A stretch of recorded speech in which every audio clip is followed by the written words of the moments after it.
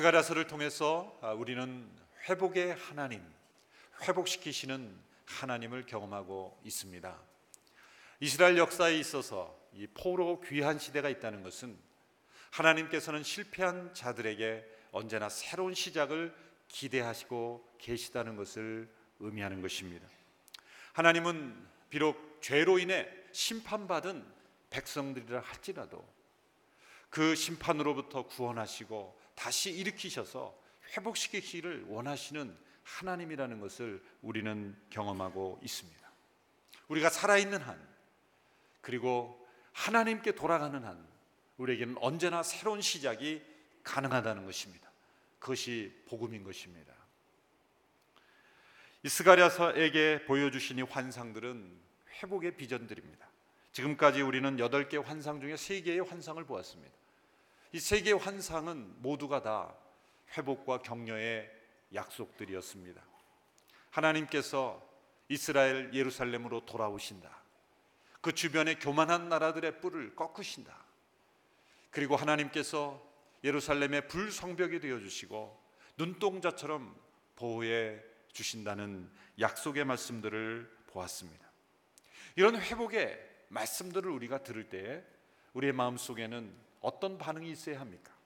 아멘, 아멘, 진실로 그렇게 이루어질 줄 믿습니다 라는 믿음이 솟아나야 합니다. 그런데 때로 우리의 모습을 보면 이런 회복의 말씀들을 듣고 읽으면서도 우리의 마음속에는 아멘이 솟아오르지 않습니다. 믿음이 솟아오르기보다는 의심이 솟아오를 때가 많습니다. 이 말씀이 나에게 확신으로 다가오기보다는 이 말씀은 나에게 너무나 먼 말씀처럼 느껴질 때가 있습니다. 그 이유는 무엇일까요?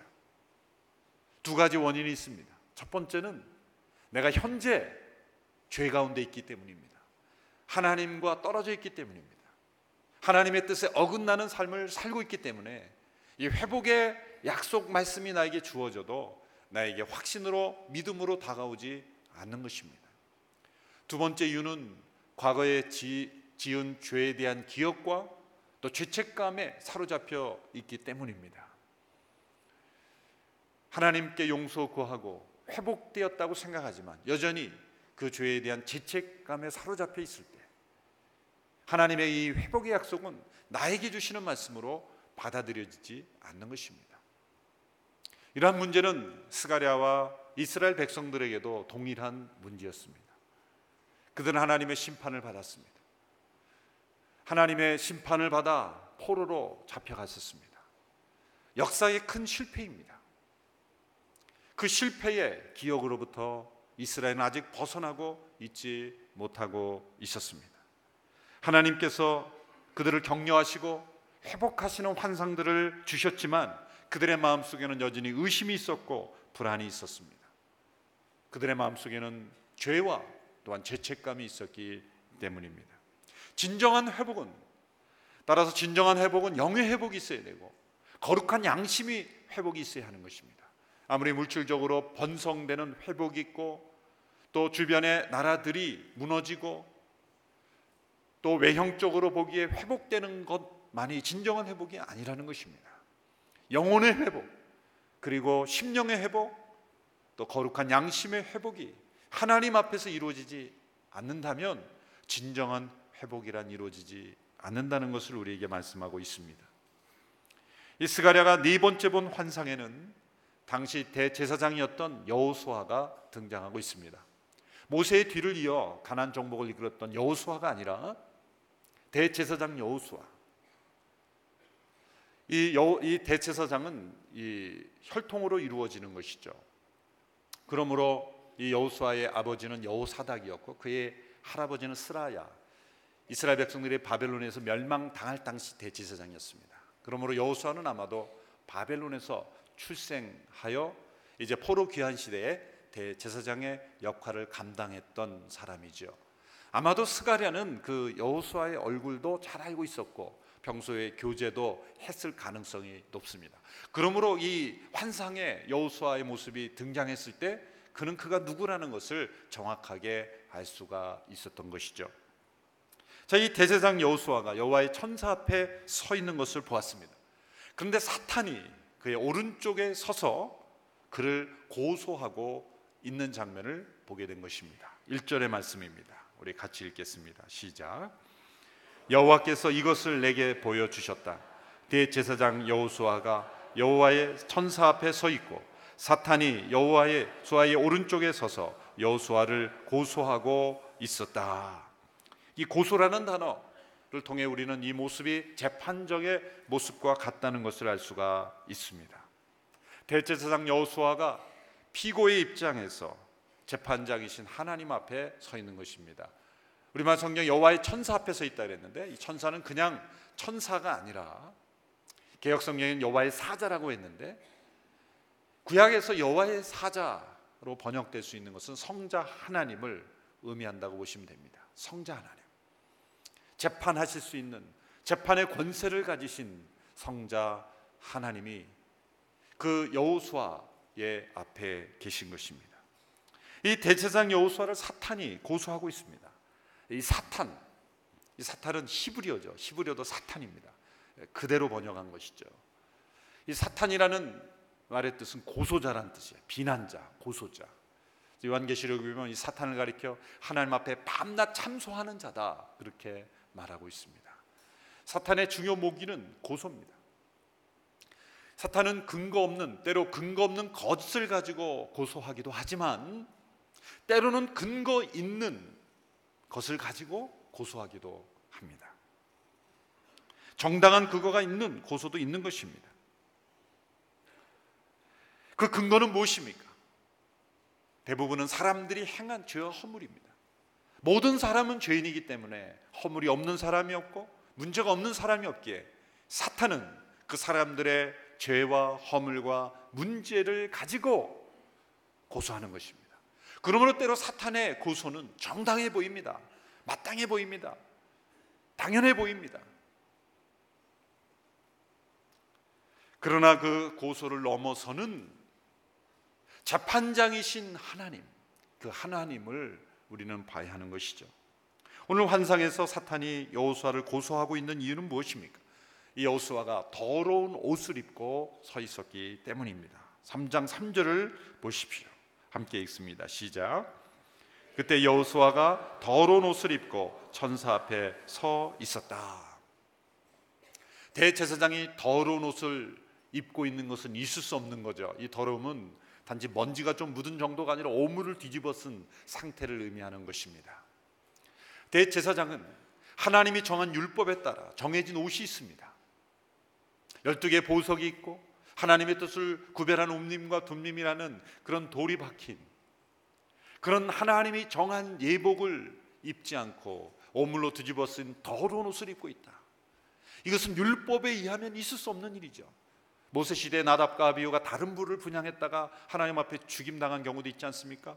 그래서 대제사장이 1년에 한 차례 지성소로 들어갈 때는 이 대제사장 의복의 그 밑에는 방울이 달려 있었다 그러죠. 소리가 나는 거예요.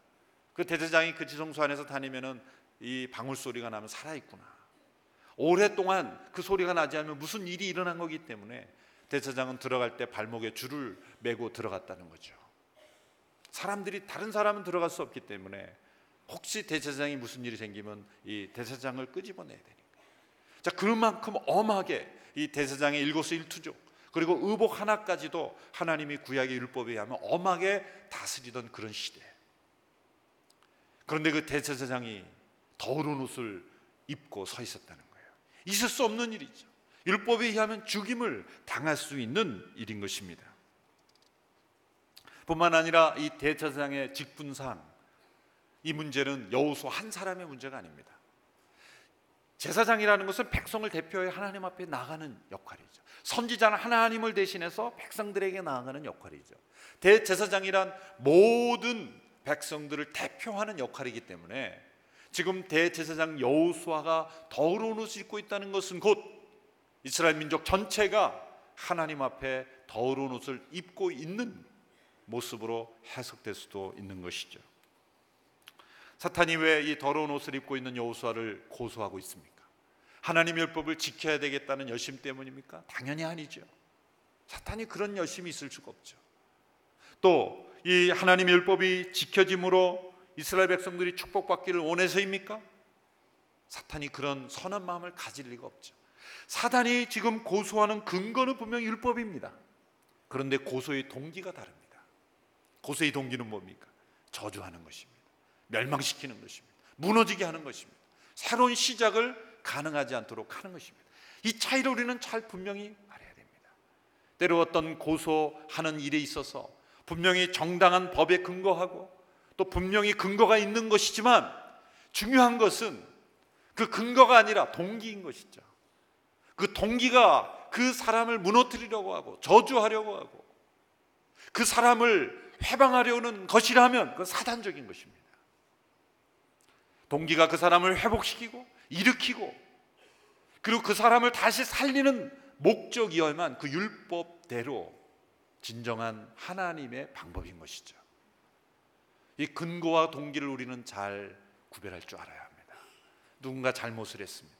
분명히 법에 의하면 불법입니다. 잘못입니다. 그러나 동기가 더 중요한 것입니다. 아마 사단의 고소장에는 이런 내용들이 쓰여져 있을 것입니다. 하나님은 이들처럼 흠이 많고 죄가 있는 사람은 받으실 수 없다. 하나님은 율법을 지키신다. 하나님은 율법대로 심판하실 것이다. 그러므로 이들이 지금 시작하려는 일은 포기되어야 한다. 이스라엘 백성들은 악한 백성들이어서 심판을 받았고 지금도 여전히 악한 백성들이다. 이들은 저주와 심판으로 끝내야 한다. 새로운 시작은 있을 수 없다. 성전은 재건되어서는 안 되고 차라리 지금처럼 죄 가운데 살도록 내버려 두어야 한다. 이게 사단의 목적입니다. 사단은 언제나 하나님의 백성들이 시도하는 거룩한 일을 포기하는 것이 목적입니다. 그리고 사단의 뜻대로 죄와 허물 가운데 그냥 포기하며 살도록 만드는 것이 사단의 목적인 것입니다. 당시 백성들의 상태를 보면 이 사단의 고소가 먹혀 들어갈 수밖에 없는 상황이었어요. 그들은 포로에서 귀환했지만 제사장들마저 하나님 앞에 올바로 살지 못했거든요. 율법에 의하면 이방인들과 결혼하지 마라 여러 가지 제한을 제사장들도 지키지 못했어요. 그러므로 이 대제사장 여호수아가 더러운 옷을 입고 서 있다는 것이 바로 그 당시의 영적인 현실, 그 민족들의 현실을 그대로 보여주는 것이기 백성들은 할 말이 없었던 거예요. 오늘 이 시대에 한국교회 허물이 드러날 때마다 우리가 할 말이 없다라고 말하지 않습니까? 바로 그때 사단은 고소하는 거죠. 봐라, 한국교회는 이제 부흥될 수 없다. 새로운 시작은 없다. 봐라, 한국교회 성도들의 모습을 봐라. 그 사단의 고소는 정당한 것이죠. 분명 잘못입니다. 그러나 중요한 것은 무엇을 근거로 고소했냐보다 그 동기가 중요한 거예요. 고소의 동기. 한국교회는 무너져야 한다. 사라져야 한다. 교회는 문 닫아야 한다. 교회는 더 이상 이 땅이 필요 없다. 교회의 문을 닫기 위해서, 무너뜨리기 위해서 그 목적으로 행하는 것이라면 그 고소는 사탄적인 것입니다. 그러나 회복시키기 위해, 새로운 시작을 주시기 위해 하나님의 뜻대로, 하나님의 방법대로 일으켜 보려는 노력은 중요한 것입니다. 반드시 있어야 됩니다. 그러한 지적, 그러한 고소는 때로 있어야 하는 것이죠. 근거도 중요하지만 동기가 더 중요한 거예요. 대제사장 여호수아가 더러운 옷을 입고 있어요. 마땅히 율법에 의하면 죽임당해야 하는 것입니다. 사탄은 그 율법을 가지고 무엇을 합니까? 멸망시키는 겁니다. 무너지게 하는 것입니다. 새로운 시작이 불가능하게 만들어 버리는 것이죠. 그리고 사람들은 그 고소 앞에 무력해질 수밖에 없습니다. 왜? 정당한 근거가 있기 때문에. 그것이 근거 없는 거짓이라면 대항을 하겠지만 내가 잘못한 것이 사실이고 또 이 민족이 잘못한 것이 사실이고 교회가 잘못한 것이 사실이기 때문에 그 사단의 고소 앞에 무너지고 좌절함으로 하나님께서 시작하시는 새로운 회복, 새로운 시작을 경험하지 못하고 절망하며 무너지며 패배하며 그냥 그 모습 그대로 머물러 있을 수가 있다는 거죠. 자, 그런데 이 재판장이신 하나님께서 어떤 판결을 내리시는지를 보십시오. 뜻밖의 판결을 내리십니다. 3장 2절의 말씀입니다. 2절 시작 같이 읽습니다. 여호와께서 사탄에게 말씀하셨다. 사탄아, 나 여호와가 너를 꾸짖는다. 예루살렘을 선택하신 여호와가 너를 꾸짖는다. 이 사람은 불에서 꺼낸 그슬린 나무 토막이 아니냐. 놀라운 판결입니다. 대제사장 여호수아에게 무죄를 선고하시고, 그리고 사탄을 고소하고 있는 사탄을 책망하십니다. 하나님께서 지금 여호수아가 문제가 있다는 걸 몰라서입니까? 아닙니다. 하나님은 다 알고 계십니다. 사탄의 고소가 불법적인 고소입니까? 아닙니다. 정당한 고소입니다. 율법을 가지고 고소하는 것입니다. 그런데 왜 사탄을 책망합니까? 왜 사탄의 고소를 받아들이지 않고 오히려 책망합니까? 세 가지 이유가 본문에 나타나 있습니다. 첫 번째는 하나님께서 이렇게 말씀하십니다. 예루살렘을 선택하신 여호와가, 하나님께서 예루살렘을 선택했다는 거죠. 예루살렘을 선택한 여호와가 사탄을 꾸짖는다고 말씀하셨어요. 하나님께서 분명히 여호수아를 꾸짖어야 되셨습니까? 왜 너가 더러운 옷을 입고 있느냐? 여호수아를 꾸짖어야 되는데 그를 꾸짖지 않고 사탄을 꾸짖는 이유는 예루살렘을 내가 선택했기 때문이다. 그들이 아무 문제 없다는 뜻이 아닙니다. 의롭다는 뜻이 아닙니다. 사단의 주장이 근거 없다는 것도 아닙니다. 그 백성들이 앞으로 잘하겠다는 서약을 썼기 때문도 아닙니다. 단지 그들을 선택했기 때문인 것입니다. 로마서 8장 33절 34절의 말씀에 누가 하나님께서 택하신 자들을 고소할 수 있겠습니까? 의롭다고 인정하신 분은 하나님이십니다. 하나님의 선택은 그 백성이 죄와 허물이 없어서 선택하신 것이 아니라 무조건적인 은혜로 선택하신 거기 때문에 지금의 죄와 허물이 하나님의 선택을 무너뜨릴 수 없다는 거예요. 아브라함을 선택하신 하나님, 그리고 그 이삭과 야곱 그의 후손들, 모세와 그 백성들을 선택하신 하나님은 그 백성들이 어떠한 죄와 허물이 있음에도 불구하고 그들을 버리지 않았다는 것이죠. 그것이 중요합니다. 문제가 없다는 것이 아닙니다. 죄가 아니라는 것이 아닙니다. 그러나 그 죄와 허물이 하나님의 선택을 취소시킬 수 없다는 거예요. 사단에게 이렇게 말하는 겁니다. 내 백성이 문제 있고 죄가 있다는 걸 내가 안다. 그러나 사탄 너가 내 백성을 무너뜨릴 수는 없다. 사탄이 스스로 하나님의 백성들을 파괴시킬 수 없다는 것입니다. 너는 자격이 없다. 내 백성은 내가 알아서 한다. 심판을 해도 내가 한다. 하나님의 백성은 사단이 결코 넘어설 수 없다는 거예요. 사탄은 그럴 자격이 없다는 거예요. 해방자요, 고소자요, 그 동기가 무너지게 하려는, 회복이 아니라 무너지게 하는 것이고 구원이 아니라 심판으로 끝나게 하는 사단은 그 백성을 간섭할 수 없다. 너의 고소는 받아들일 수 없다. 내 백성이 문제 없다는 것이 아니다. 분명 더러운 옷은 문제가 있는 것이다. 그러나 너 사탄은 내 백성을 침범할 수 없다는 거예요. 내가 알아서 한다는 거예요. 그게 선택의 의미예요. 우리의 모든 죄와 허물보다 더 앞선 것이 하나님의 선택입니다. 우리가 깨끗하고 의롭고 잘나서 우리를 선택한 것이 아니에요. 하나님이 우리를 선택하신 것은 잘난 사람을 선발하신 것이 아닙니다. 선발과 선택은 다른 것입니다. 하나님의 선택은 선발이 아니에요. 이 세상 가운데 조금 나은 사람을 선택하여 이곳에 부르신 것이 아닙니다. 무조건적인 주권적인 하나님의 은혜로 우리를 선택하시고 우리의 모든 죄 허물은 그 이후에 다루신다는 거예요. 그 이후에 다루시는 거예요. 문제를 내버려 둔다는 것이 아닙니다. 내 백성의 문제는 내가 알아서 한다.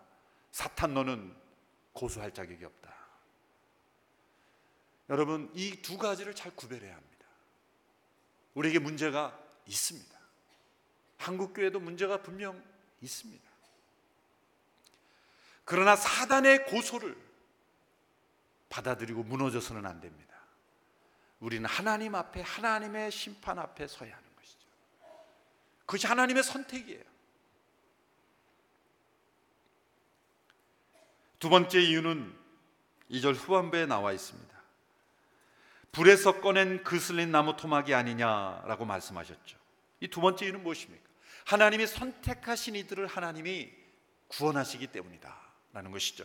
불에서 꺼낸 그슬린 나무 토막, 이것은 당시 하나님의 백성들의 상태를 너무나 잘 보여주는 표현이죠. 요한 웨슬레는 감리교회 창시 요한 웨슬레는 6살 때 그 부모님이 목사님 목사관에서 생활할 때 화재가 나서 그 천장이 무너지는 그 위기 상황에 이웃 주민이 그 웨슬리를 구원해서 간신히 살아났다는 거죠. 그래서 늘 간증할 때마다 자신을 나는 불에서 꺼낸 그슬린 나무 토막이다, 그렇게 이 구절을 가지고 인용하고 간증했다고 합니다.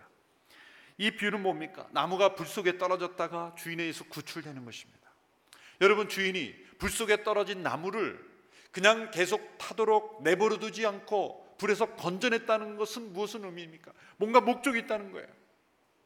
그렇게 불 속에 타서 없어질 존재가 아니라는 거죠. 남아있는 목적이 있다는 거예요. 그 나무에 목적이 있는 것처럼 하나님께서 이스라엘들을 징벌하셨어요. 불같은 심판을 주셨어요. 더러운 옷을 입고 있는 그 이스라엘 백성들을 그대로 용납하지 않으시고 하나님은 바벨론에 의해서 멸망당하시고 불같은 용광로와 같은 시험에 던지셨죠. 그런데 하나님은 그 백성을 불같은 그 상태에서 타서 없어지도록 하지 않고 건져내셨다는 거예요.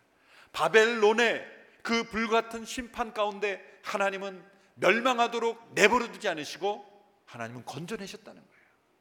불에서 꺼낸 나무가 그슬린 상태가 아니냐는 거죠. 여러분, 선택하신 백성들에게는 하나님의 목적이 있는 것입니다. 그 목적이 이루어질 때까지는 하나님이 절대 포기하지 않으신다는 거예요. 사탄은 심판으로 끝내기 원합니다.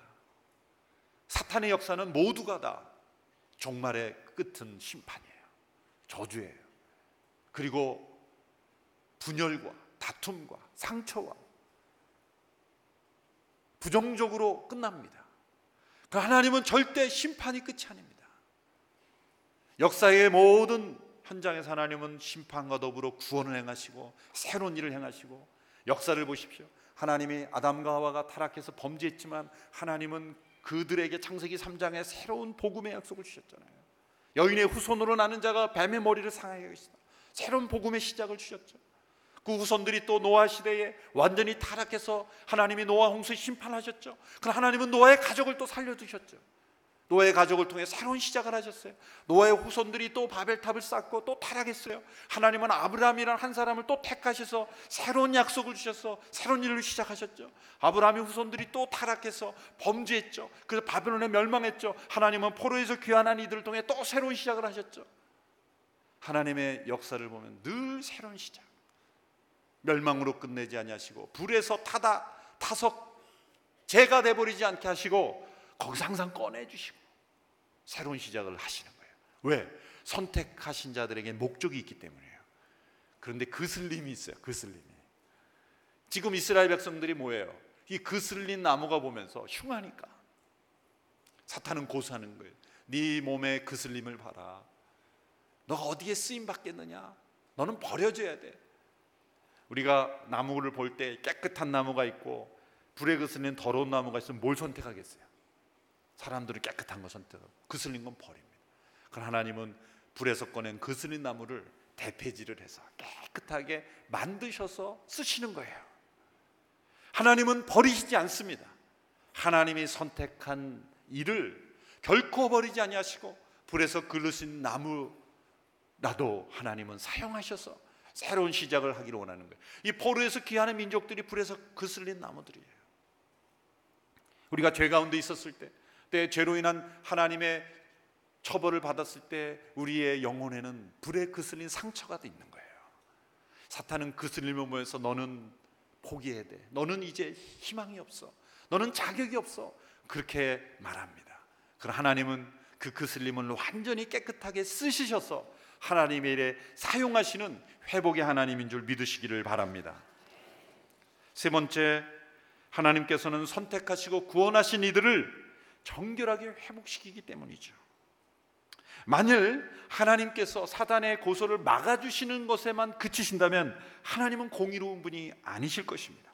그것은 마치 자신의 자녀가 어떤 문제가 있는데 그 자녀를 비난하는 자들에게 내 자녀는 아무 문제 없어, 왜 우리 자녀를 갖고 그래, 그렇게 방어만 하는 부모와 똑같습니다. 그리고 너 잘한다, 개념 계속해라, 그런 거하고 똑같아요. 내 자녀의 문제가 있다면 내 자녀의 문제에 대한 조치도 취해야죠. 부모로서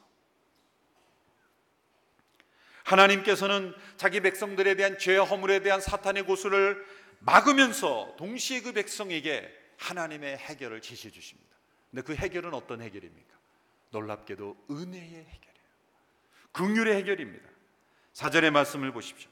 하나님은 사단의 고소의 근거가 되었던 문제를 친히 해결해 주십니다. 4절의 말씀 같이 읽겠습니다. 시작. 자기 앞에 서 있는 천사들에게 명령하셨다. 여호수아의 저 더러운 옷을 벗기라. 그리고 여호와께서 여호수아에게 말씀하셨다. 자, 내가 내 죄를 없애버렸다. 이제 내게 아름다운 옷을 입히실 것이다. 구약 성경에서 가장 아름다운 장면이라고 저는 생각합니다.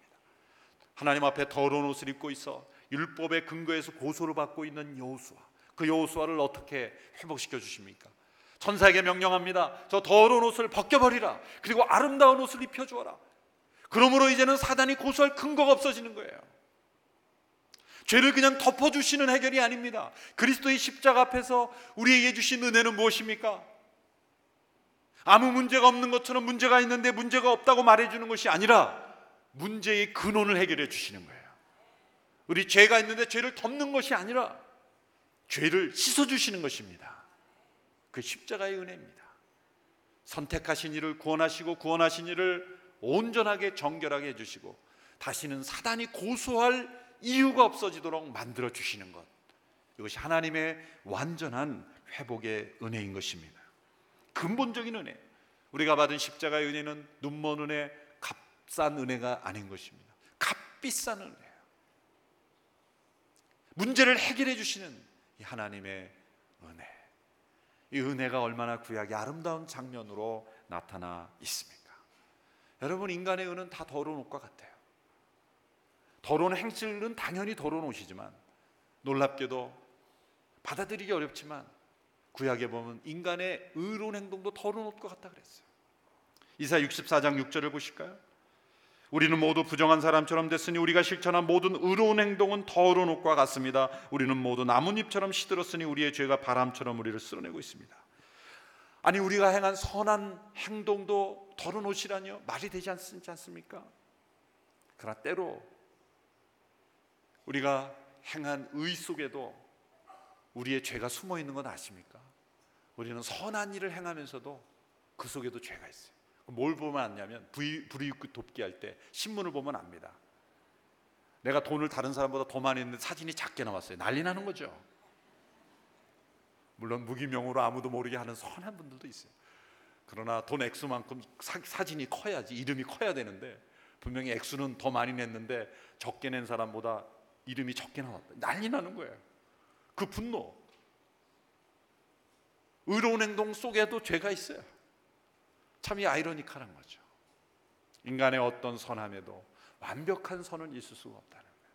더러운 옷과 같은 우리의 의. 여러분, 갓난아이는 스스로 옷을 갈아입을 수가 없어요.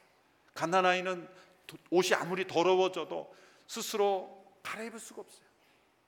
부모가 벗겨주지 않으면 안 돼요. 외부에서 누가 그 더러운 옷을 벗기고 새로운 옷을 입혀주지 않으면 안 되는 거죠. 여러분, 죄 가운데 있었던 우리의 상태가 바로 그런 상태인 것입니다.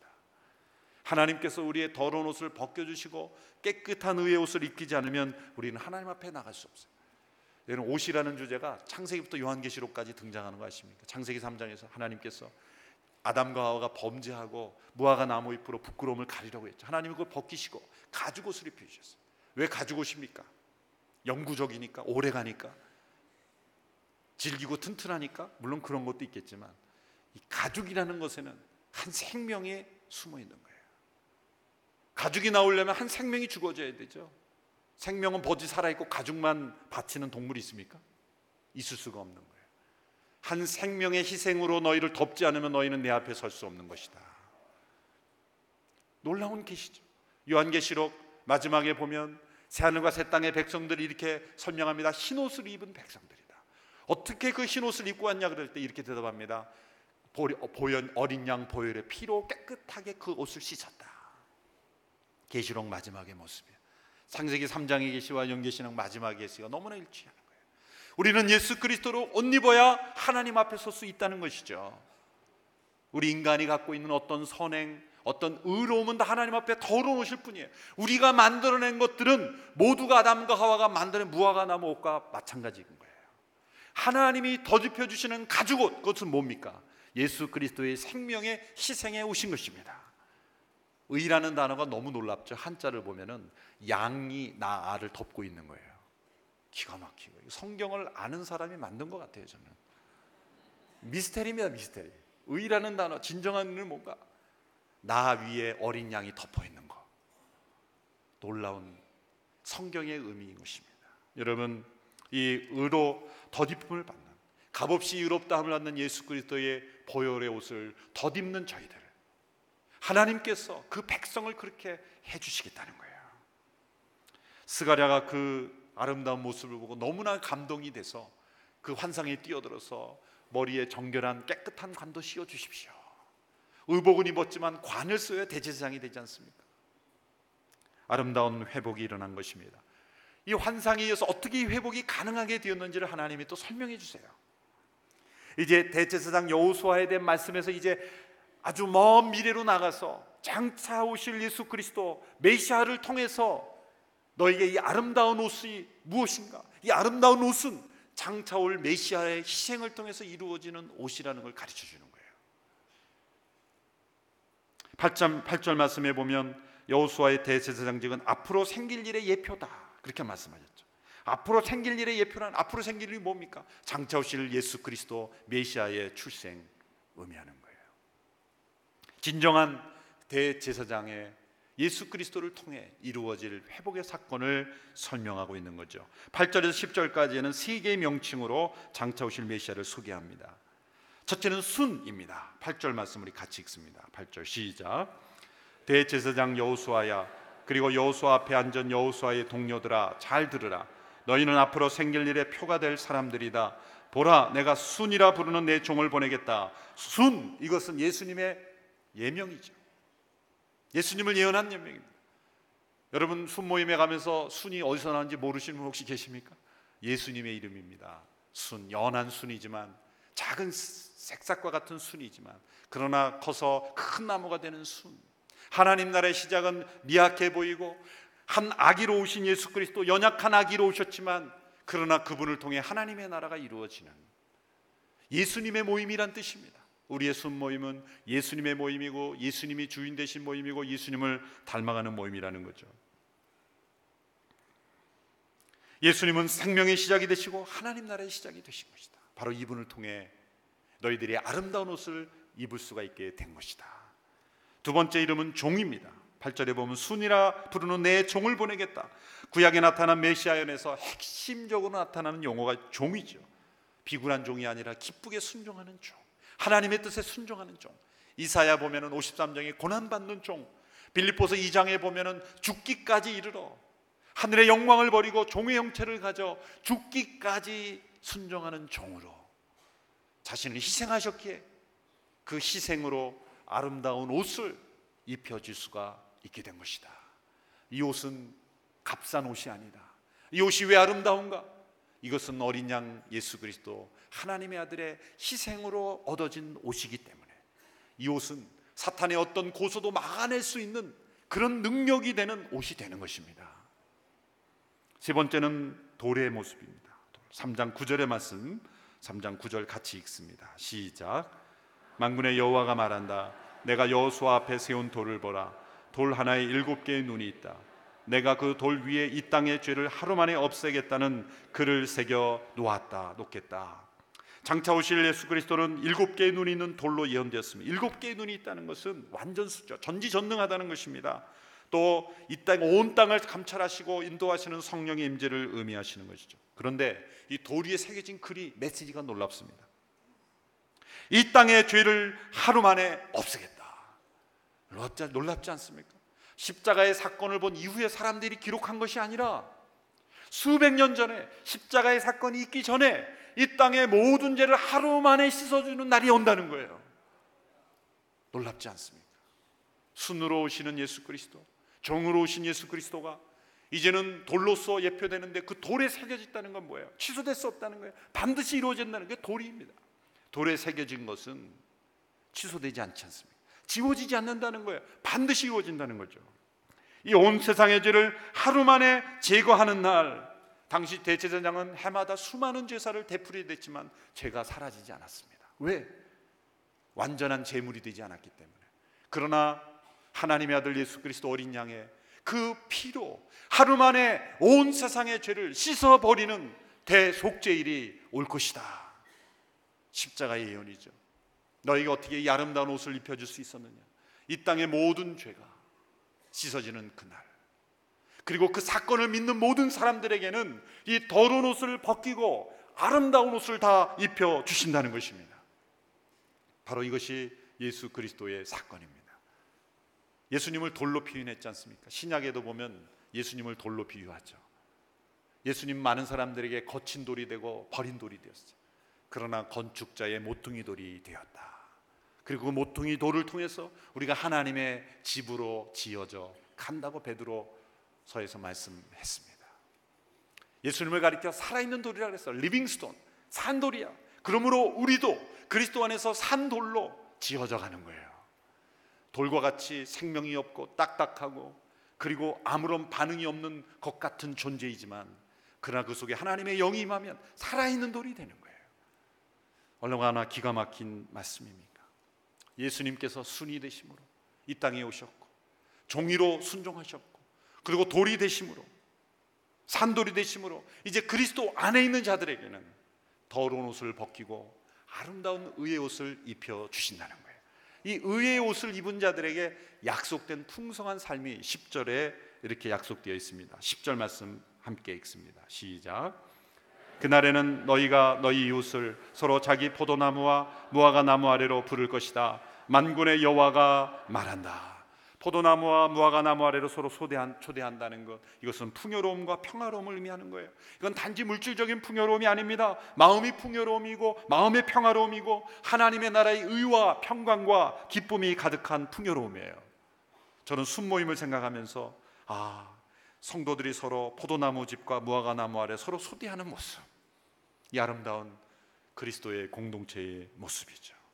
이 풍성한 삶이 십자가 앞에 나와 우리의 더러운 옷이 벗겨지고 내가 벗고 내가 입는 것이 아니라 하나님이 벗겨주시고 하나님이 입혀주신 의의 옷을 입고 우리가 십자가 앞에서 함께 만날 때 우리에게 이런 풍성한 삶이 약속되어 있는 것입니다.